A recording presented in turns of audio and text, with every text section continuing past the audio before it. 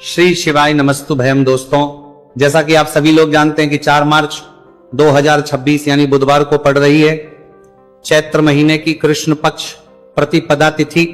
और दोस्तों, यह वह तिथि है जो चैत्र महीने में पड़ने वाली सबसे बड़ी तिथि है, क्योंकि यह बुधवार के दिन पड़ रही है, जो बहुत ही खास है। और दोस्तों, आप सभी लोग जानते हो बुधवार तिथि का अगर सबसे बड़ा कोई उपाय है तो वह 5 गेहूं के दाने वाला उपाय है। तो दोस्तों, इस बुधवार प्रतिपदा तिथि के दिन आप लोगों को इस वाले उपाय को जरूर करना है। बहुत सारे लोग होंगे जिन्हें जा रहे हैं, लोगों ने इस उपाय को ना किया, मतलब पूरा साल निकल गया, उन्होंने किसी भी दिन इस 5 गेहूं के दाने वाला उपाय को ना किया हो। पर दोस्तों, आपके पास एक आखिरी मौका बचा हुआ है, जो कि 4 मार्च बुधवार प्रतिपदा तिथि के दिन है।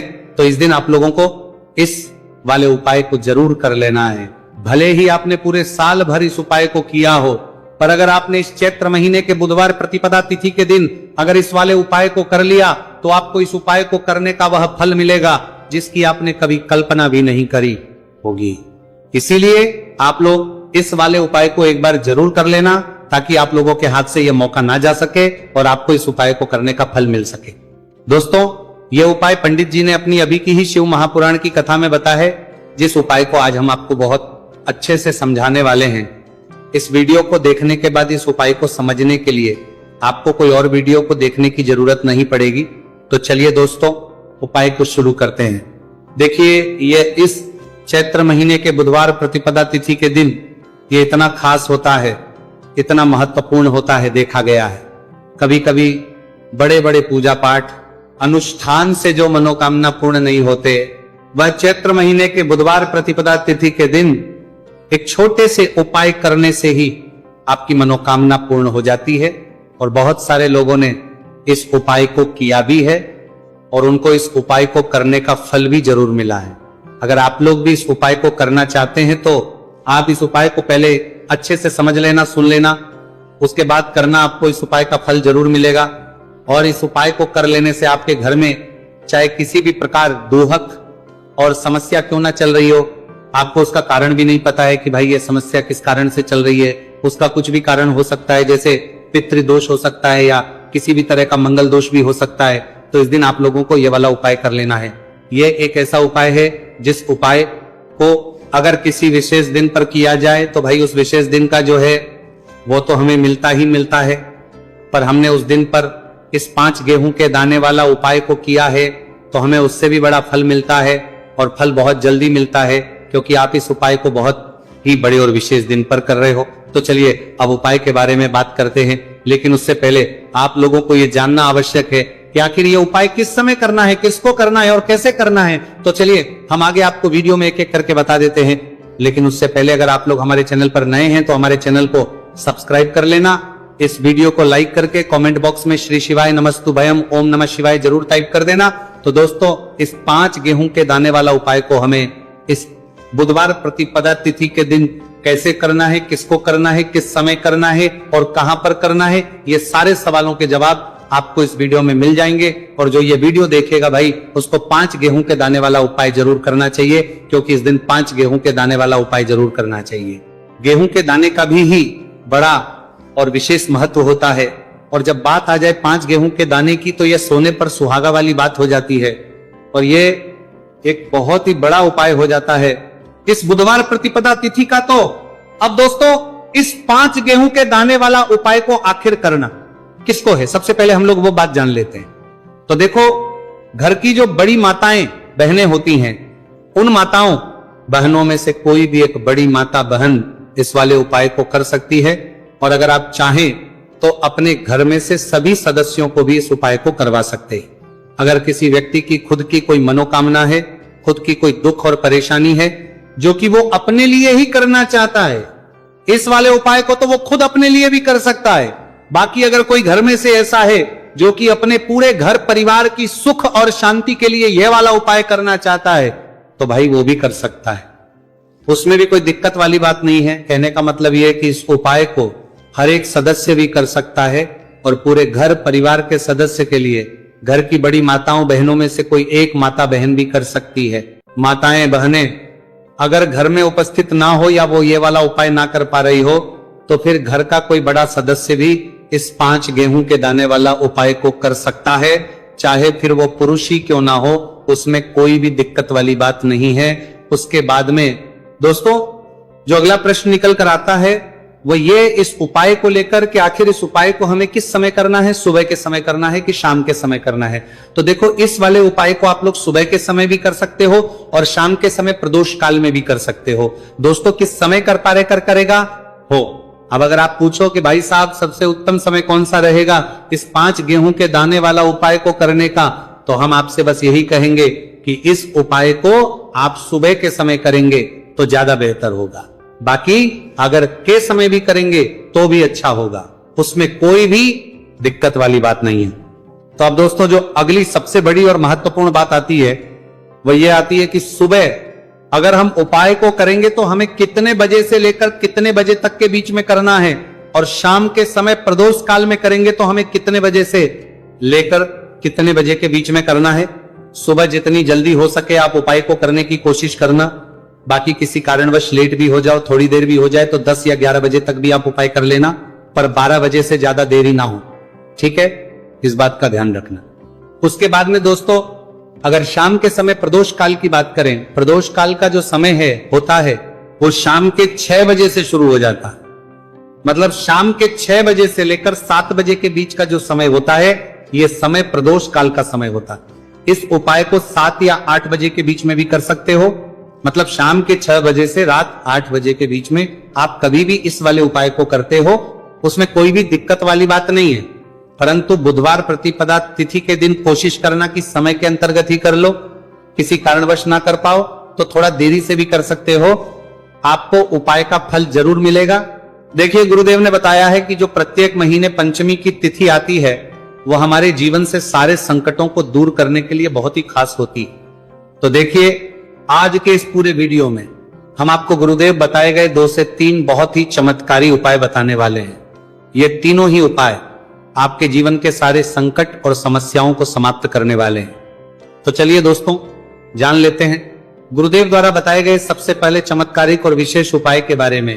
तो देखिए दोस्तों इस उपाय को करने के लिए सबसे पहले तो आपको मात्र 5 गेहूं के दाने लेने होंगे और इसी के साथ में आपको 1 लोटा जल लेना है।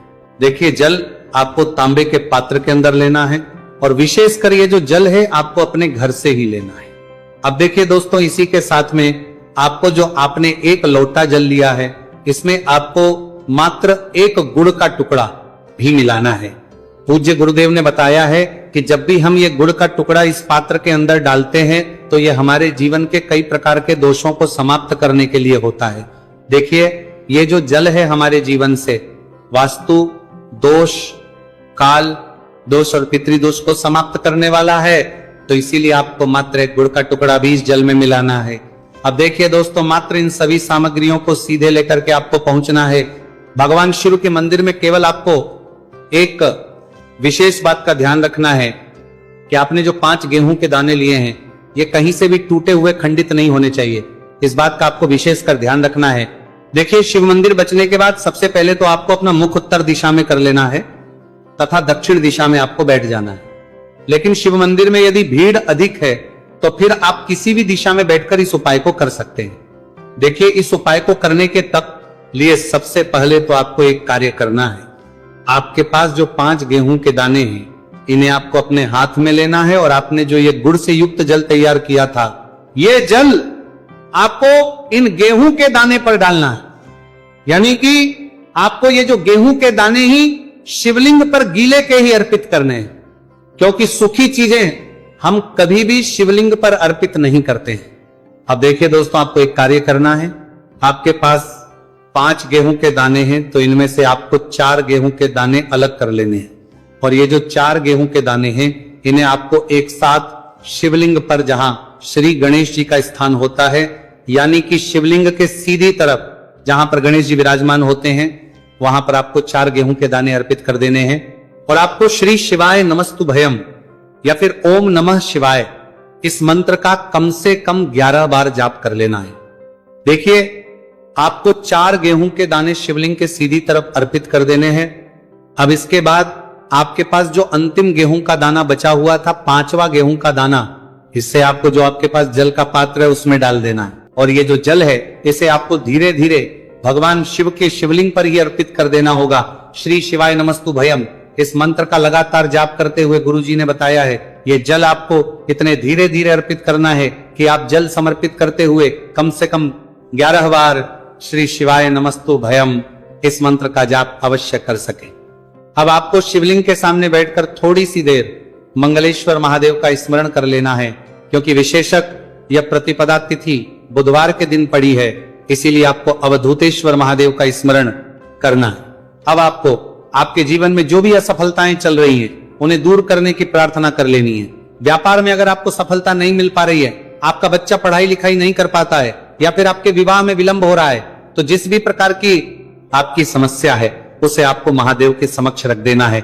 गुरुदेव ने बताया है जो भी व्यक्ति यह उपाय इस प्रकार से कर लेता है तो उसके जीवन की जो सारी परेशानियां हैं वह धीरे धीरे करके समाप्त होने लगती हैं। चलिए दोस्तों, हम जान लेते हैं गुरुदेव द्वारा बताए गए दूसरे खास उपाय के बारे में। देखिए, यह जो उपाय है आपके जीवन में चल रही कर्ज की समस्या को समाप्त करने के लिए है। देखिए, पूज्य गुरुदेव कहते हैं कि कई बार हम कर्ज तो ले लेते हैं, लेकिन उससे उतारते समय हमें कई प्रकार की कठिनाइयों का सामना करना पड़ता है, और जब हमारा ये कर्ज नहीं उतरता है तो हमारे दिमाग में केवल एक ही बात रहती है कि एक बार एक कर्ज उतर जाए उसके बाद में जीवन में कभी भी कर्ज नहीं लूंगा। तो विशेषकर जीवन से कर्ज से जुड़ी हुई समस्या को समाप्त करने के लिए आपको यह चमत्कारी उपाय करना है। देखिए, इस उपाय को करने के लिए सबसे पहले तो आपको मात्र 1 लोटा शुद्ध जल लेना हो, तांबे के पात्र के अंदर अपने ही घर से। इसी के साथ में आपको मात्र 1 गुड़ का टुकड़ा भी लेना होगा। गुड़ का टुकड़ा आपको मात्र छोटा सा ही लेना, और सबसे आखिर में आपको मात्र मसूर की दाल लेनी होगी। यदि आप चाहे तो मसूर की दाल 11 भी ले सकते हैं, या फिर 21, 41, 41, 41 या फिर 108, जितनी भी आपके पास मसूर की दाल उपलब्ध है उतनी मात्रा में आप मसूर की दाल ले सकते हैं। अब मात्र ये जो तीनों ही सामग्रियां हैं इन्हें सीधे लेकर के आपको पहुंचना है भगवान शिव के मंदिर में। पूज्य गुरुदेव ने बताया है कि यह उपाय चाहे तो शाम के समय में भी कर सकते हैं।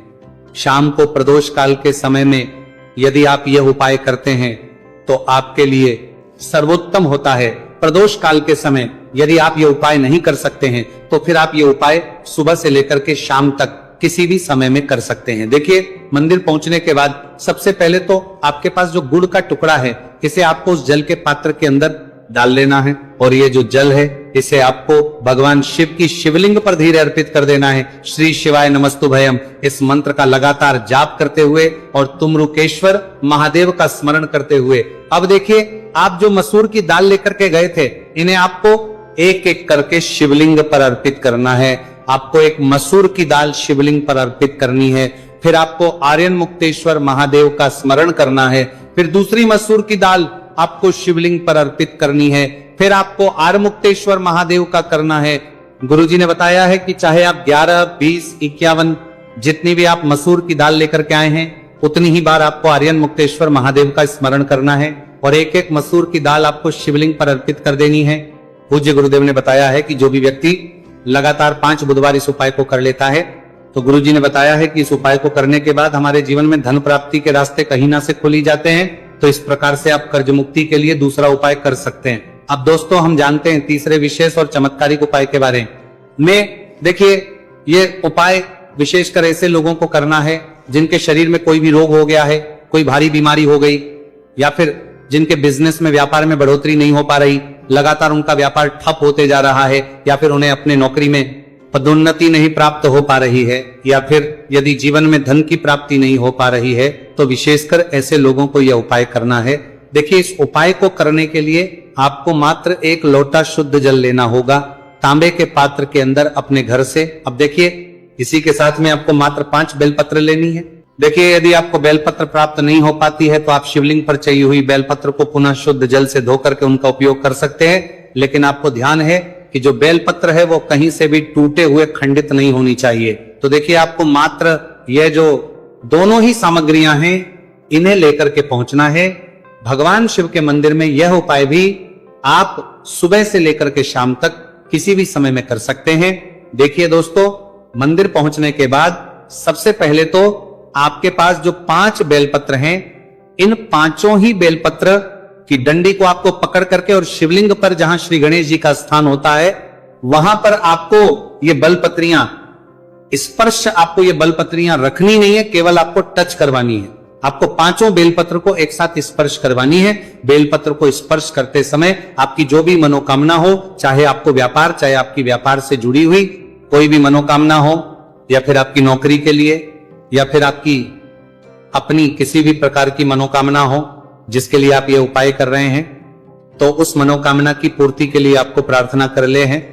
और ये जो बेलपत्र है, इन आपको श्री गणेश जी वाले स्थान से उठा करके सीधे शिवलिंग पर अर्पित कर देनी है। देखिए, पांचों ही बलपत्री आपको इस प्रकार से अर्पित करनी है कि जो चिकनी साइड है वो शिवलिंग से स्पर्श रहेगी, डंडी वाला भाग जलाधारी को रहेगा।